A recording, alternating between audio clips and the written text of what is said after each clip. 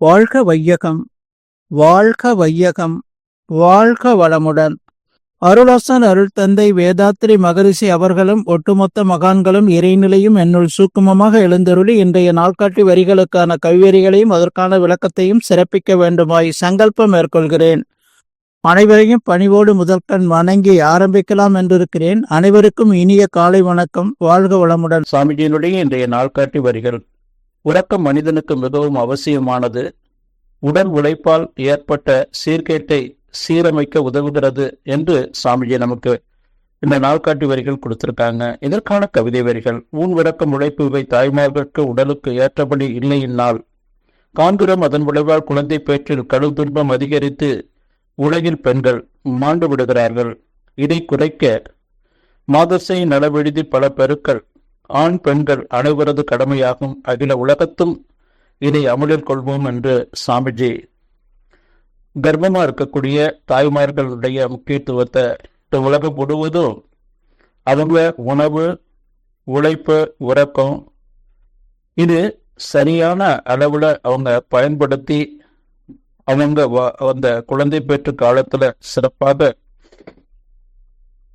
அவங்க கடைபிடித்தாங்க என்று சொன்னா அந்த பிரசவம் என்பது மிக எளிமையாக அவர்களுக்கு குழந்தை பேரு கிடைக்கும், சுகப்பிரசவம் கிடைக்கும். நாம இன்றைக்கு நாள்காட்டி வரிகள் என்ன சொல்லுது? உறக்கம் மனிதனுக்கு மிகவும் அவசியமானது. உடல் உழைப்பால் ஏற்பட்ட சீர்கேட்டை சீரமைக்க உதவுகிறது என்று சாமியை நமக்கு கொடுத்திருக்கிறாங்க. நமது உடல்ல தானியங்கி மண்டலம், இயக்க மண்டலம் என்ற ரெண்டு இருக்கு. தானியங்கி மண்டலம் தானாக உள்ளுறுப்புகள், இப்ப நுரையீரல், இதயம், இது போன்ற நம்முடைய உள்ளுறுப்புகள் எல்லாமே தானாக இயங்கி கொண்டிருக்குது. நாம உருவாகி நம்ம இறப்பு வரையில பிறந்து வளர்ந்து வாழ்ந்து கொண்டிருக்கக்கூடிய அந்த காலங்கள்ல நம்முடைய இறப்பு வரையிலும் இந்த தானியங்கி மண்டலம் அனைத்தையும் இறைநிலையே நமக்குள்ளாக இருந்து அதை சிறப்பாக இயக்கி கொண்டிருக்கிறது.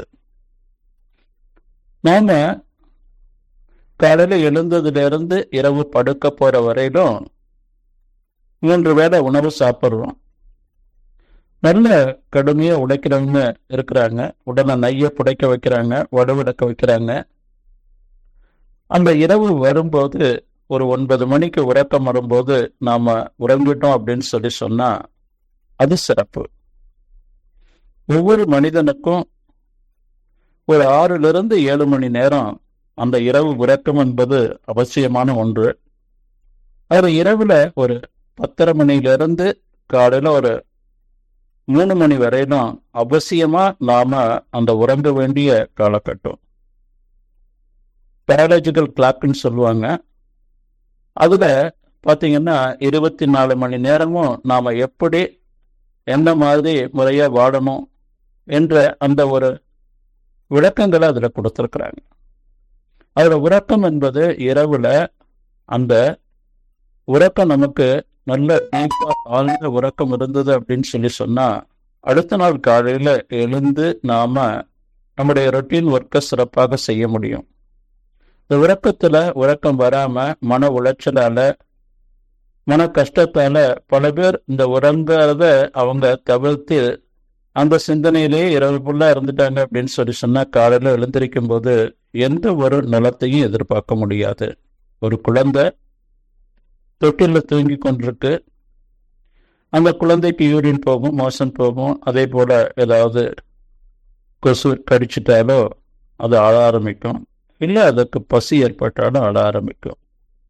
அப்ப தாய் அருகில் அவங்க தூங்கிக்கிட்டு இருந்தாலோ அல்லது அதை கவனிச்சுக்கிட்டு இருந்தாலோ அந்த குழந்தை எப்படி பராமரிக்கிறாங்களோ அதை விட 100 மடங்கு 1000 மடங்கு இறைநிலை நம்மளை உறங்க வச்சு நம்ம உச்சத்தலையிலிருந்து பாதை வரையிலும் உடல் முழுவதும் எங்கெங்க நைய புடைக்க வச்சிருக்கோமோ, வலுவிளக்க வச்சிருக்கிறோமோ எல்லாத்தையும் சீர் செய்து காலையில நமக்கு எழுப்பிடுது.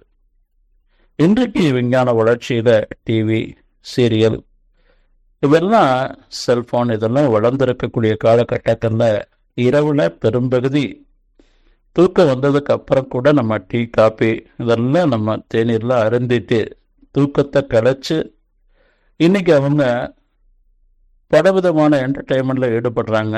அது உடலை பாதிக்கும். அப்போ உறக்கம் என்பது அவசியமான ஒன்று. இந்த உறக்கத்தை நாம முறையா நம்ம தூங்கி எழுந்தோம் அப்படின்னு சொன்னா உடல் ஆரோக்கியமாக இருக்கும். சாமிஜி சொல்லுவாங்க 4U ஒரு A என்று. உணவு, உறக்கம், உழைப்பு, உடலுறவு, எண்ணம். இந்த 5ல அளவுமுறை கடைபிடிக்கணும்பாங்க. இதுல உறக்கம் ஒன்று என்பது ரொம்ப ரொம்ப முக்கியமானது ஒன்று. நம்ம தூக்கம் வந்த உடனே நம்ம தூங்கிடணும் என்று சொல்லி நன்றியோடு நிறைவு செய்து கொண்ட இன்றைய சிந்தனையை வாழ்க வளமுடன், வாழ்க வளமுடன், வாழ்க வளமுடன்.